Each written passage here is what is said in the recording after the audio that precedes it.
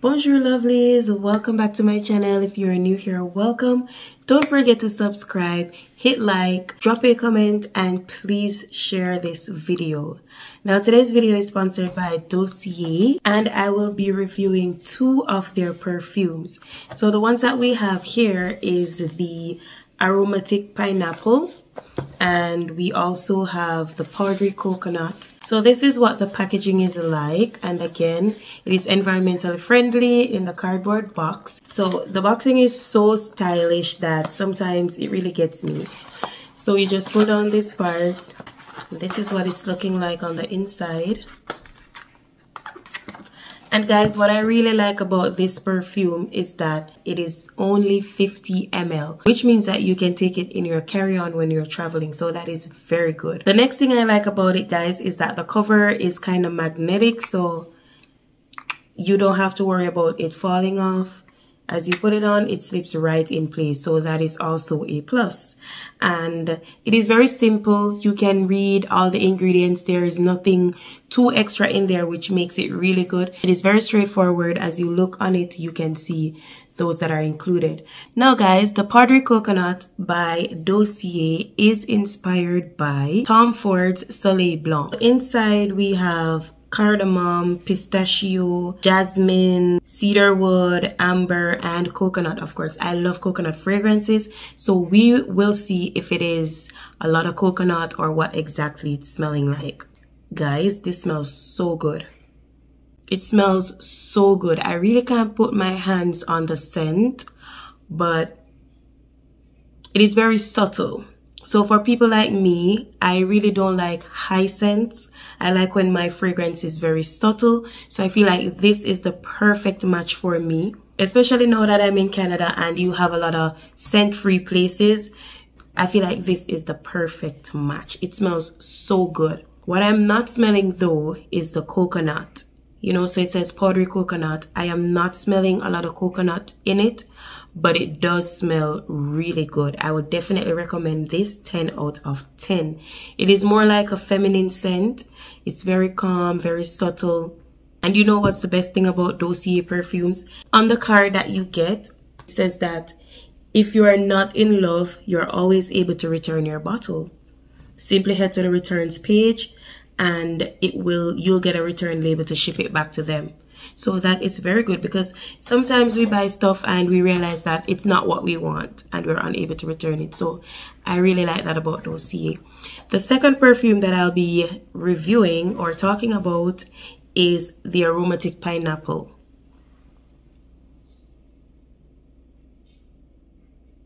So in this one we have ginger, pineapple, sage, cedarwood. I find that cedarwood is in a lot of their perfumes. And the aromatic pineapple is inspired by Yves Saint Laurent. Why? Wow. Wow. Wow. Guys, this smells so good. Again, I can't put my hands on it, but for this one, I would say if you are a female and you like perfumes that are not very strong but kind of have like a masculine scent, I don't know how to put it, but it is not very feminine. You see, like this one is very subtle and feminine. You know that it's definitely a feminine scent unless you're a man who likes the subtle scents. This one is kind of like unisex. Men can wear it, women can wear it. It's not very strong, but it's stronger than this one. It's definitely stronger than the powdery coconut, but it is not anything too overpowering. And I don't know what scent I'm getting from it. I don't know. I really don't know the scent that I'm getting from it, but it smells so good. You can't miss with these two. These two scents, like I'm not kidding you guys. These two scents you will not regret. So the powdery coconut and the aromatic pineapple, you will definitely not regret those two scents. You can definitely go for it. I will have my link in the description box down below so that you can get 5% off please remember to visit the link, you guys, so that you can get affordable perfumes, sweet smelling perfumes, long lasting perfumes for affordable cost. So guys, let's now jump straight into today's video. And as you can see from the title down below, I'll be talking about common misconceptions that people have about moving to Canada. So please look out for these. And if you were thinking about coming to Canada and these were things that you had in mind at first, get rid of them after watching this video. Do your research and start your Canada journey now. The first misconception that people have about moving to Canada is that you have to pay your full tuition when coming here as a student. Guys, that is a myth. If you go to the IRCC website, you will see that you need to show 10,000 Canadian dollars plus your first year tuition. You do not need to show your school fee. Again, I've said it in many videos, your school fee is different from your tuition. Your school fee is the entire amount of money that you need to pay, whether in a year or for your program, while the tuition is a portion of your school fee that you need to pay. So when you go on the school's website, you will see them list out the different areas of your school fees. So you'll have tuition, you'll have international fees, you'll have health, you'll have a whole variety of fees that you need to pay. Tuition is just one of them. And usually tuition is not a whole lot.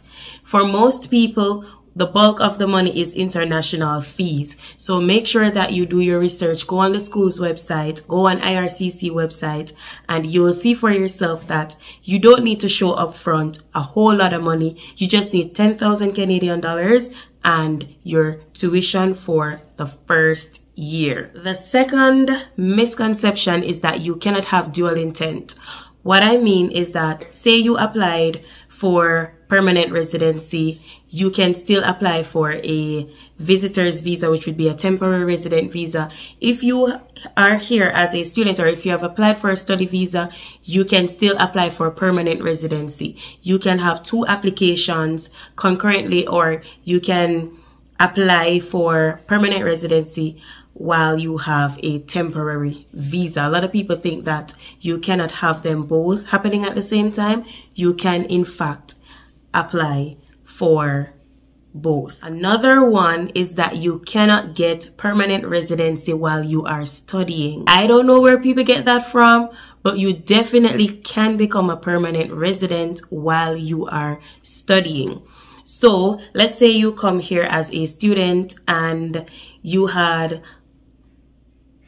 let's say, 480 points, and currently IRCC is drawing like 500. They're doing the scores are very high at this point for express entry.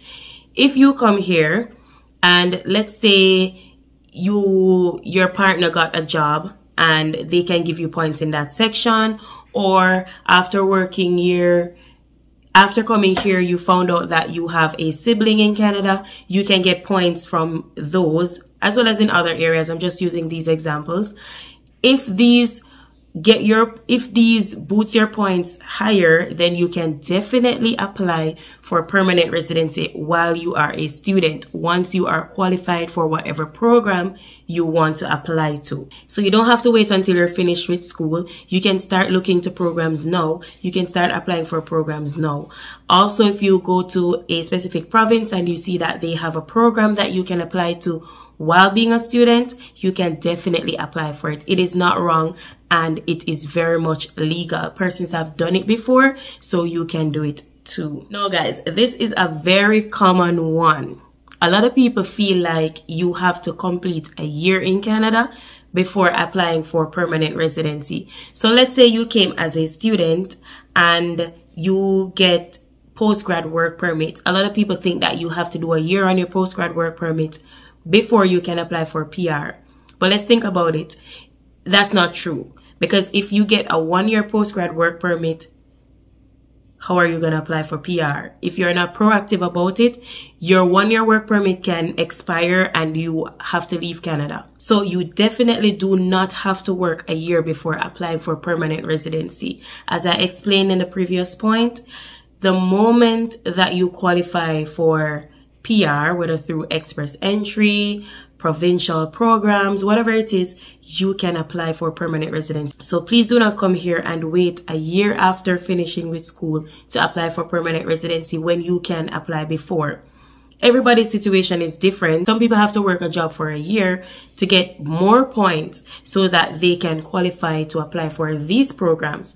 However, if you are already qualified, you do not have to wait the year. You can apply as soon as your points are sufficient to give you a draw. A lot of people also think that you need proof of funds to apply to come to Canada as a permanent residency for all programs.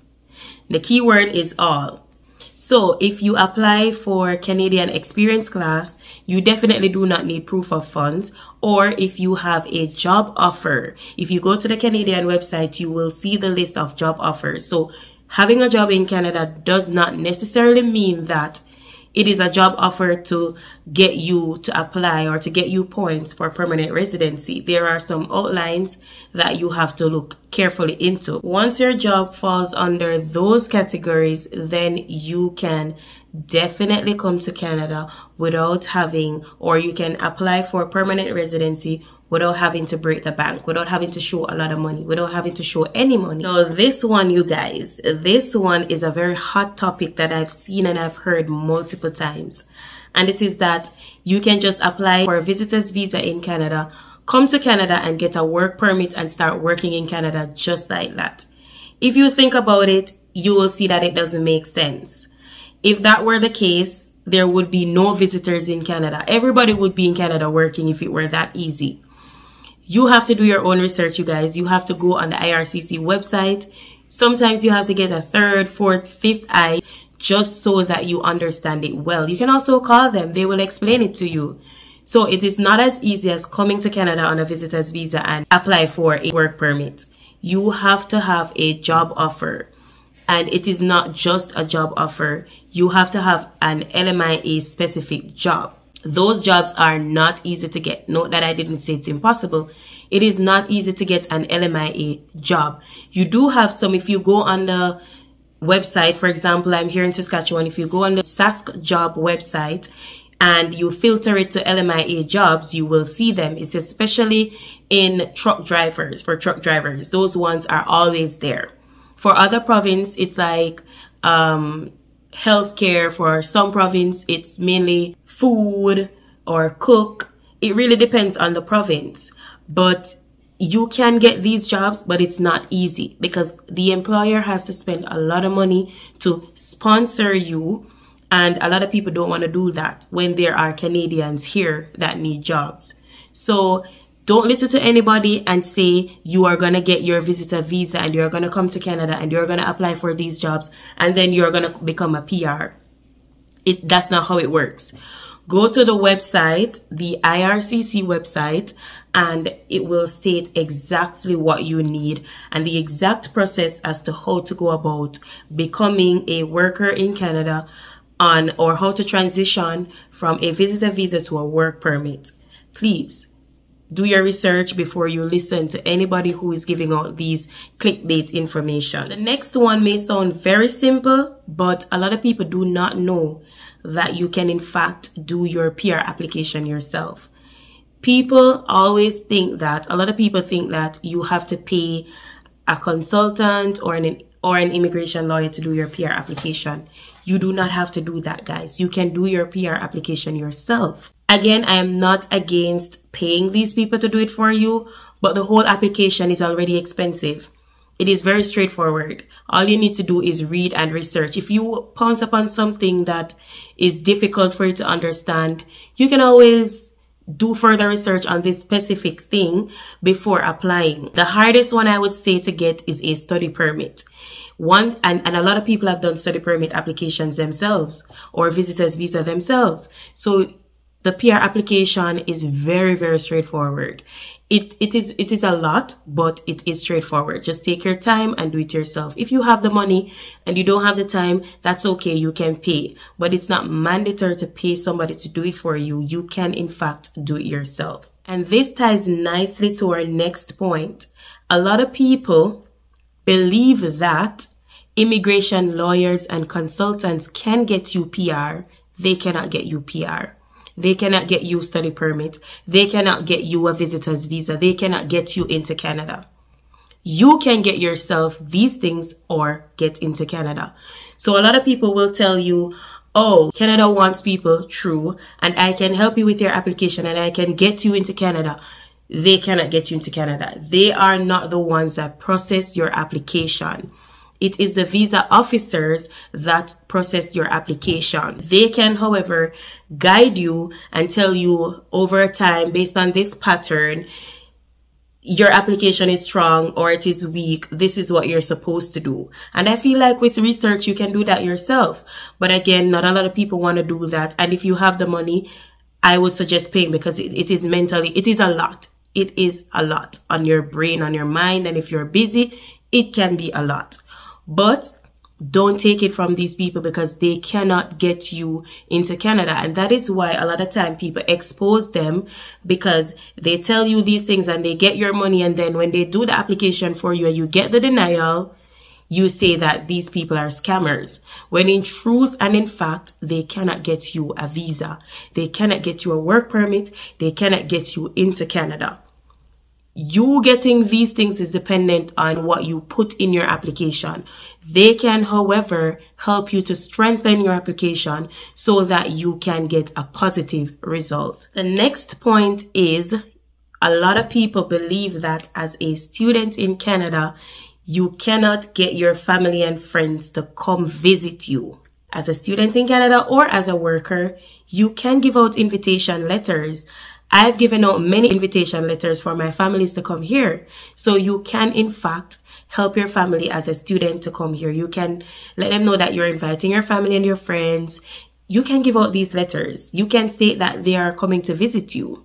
You now live here. Whether you live here permanently or temporarily, you can get people to come and visit you. So do not wait until you get your PR to give your mom a letter to come and visit you or to give your dad or your sister, your brother, your friend, whoever it is. Just make sure that your application is strong enough to convince these people as to why they are coming to you. Remember, you're a student. You're not working a certain amount of money. So your application has to, or their application rather, has to reflect that truth. So just be careful when you're doing your application, but you can in fact give people letters to come and visit you in Canada. The next one is, guys, a lot of people feel like express entry and school are the only route to coming to Canada. There are many routes of coming to Canada. You have many options to choose from. You don't have to come to Canada as a student. We can all tell you that it is a very expensive option. It is very expensive. However, a lot of people choose that option because it is, as they say, a little bit easier. So a lot of people decide to come as a student. Or if you are already qualified from your home country, from experience or from your qualifications, etc., then you can definitely come as a permanent resident. But you do not have to try the express entry. You have provincial nominee programs. You have Atlantic programs. You have a lot of programs. You also, as I just explained, you can get LMIA jobs to come to Canada and then you can transition to becoming a permanent resident. Don't feel like you have to break the bank to come as a student. Don't feel like you have to, if you don't qualify for permanent residency, you can't come. You have the SINP. That's also a route that you can take to come to Canada that a lot of people don't know about. And guys, we have another one that I've been asked countless times. And this one is, will studying in Canada automatically give me PR? That's not the case. Studying in Canada does not mean that you will become PR. A lot of people, unfortunately, have studied in Canada and had to return home because at the end of their studies, they do not qualify. They still do not qualify for permanent residency. Their points are still too low or they've been to the wrong school that didn't give them points at all. So studying in Canada does not automatically mean at the end, here's your degree, here's your PR. You still have to join the line like everybody else. You have to apply for the express entry if that's the route that you're eyeing. You have to apply for provincial nomination program if that's the route that you want to take. You have to apply for all those programs. So studying in Canada does not mean that at the end of your studies, you are gonna become a permanent resident. The option is there. If you want to do it, you can apply for it. And this would mean that you have to qualify for it in order to apply for it. I've also been asked previously if giving birth in Canada means that this will increase my chances of becoming a permanent resident. There is no such evidence on the IRCC website that this is in fact true. So while people can speculate, there's nothing out there that is concrete to say that having a child in Canada will increase your chances of becoming a permanent resident there. So I would say it is not true. Many people also believe that marrying a Canadian citizen will give you citizenship automatically. That's not true, you guys. You have to go through the process like everybody else. Unless you were born here, you have to go through the process of first becoming a permanent resident and then becoming a citizen. So it is a process that you have to go through. You have to be sponsored by your partner. And then after living here for 3 years, then you can go ahead and apply for your citizenship. The next thing is a lot of people believe that you have to have a job lined up to apply for permanent residency in Canada. Again, once your points are there, you do not necessarily need a job to move to Canada. So do not go on the website and if you can't find a job, you are discouraged. As long as you have points in other areas and you see where you are within the draws that are taking place, you can in fact apply for permanent residency without getting a job offer. Many people have done it, and so it is quite possible. There's nothing that states that it is mandatory to have a job before you can apply for permanent residency. You can apply for permanent residency without a job offer as long as you meet other requirements that will give you the scores that you need. I don't know where people get this from, but many people believe that as a student in Canada on a study permit, you cannot work. Guys, that is far from it. You can work. And unlike the past where you had to work just 20 hours, there's something temporarily in place where students can work full-time while being a student. So yes, you can work on a study permit. Even if they cut out working full-time, you can work for your 20 hours. You can in fact work on your study permit.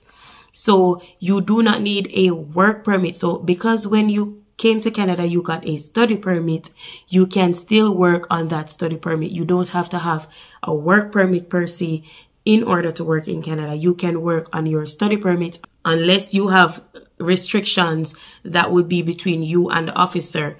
But in general, you can work on your study permit. And for now, you can work full-time, more than 40 hours. Finally, a lot of people believe that only the main applicant can apply for PR. So let's say you came here with your partner on a study permit, your partner work permit. People believe that only the main applicant, so only the student, will be able to give the entire family permanent residency. That's not true. If your spouse is qualified for permanent residency, if they have enough points, if they can apply for permanent residency, they don't have to wait until you're finished with school. They don't have to wait until you are qualified. Once they are qualified, they can jump in the pool. To add to that, you can also both apply for permanent residency at the same time, and you can add your spouse to each other's application. So do not wait and say, because I was the main applicant, I have to wait until. No, your spouse can in fact apply for permanent residency on behalf of you or the family. This has brought us to the end of this video. If you found it interesting, please hit like, drop a comment. Let me know some of the misconceptions that you had or known misconceptions about coming to Canada. Please share this video with somebody who you think might benefit from it, and don't forget to subscribe to the channel if you are new.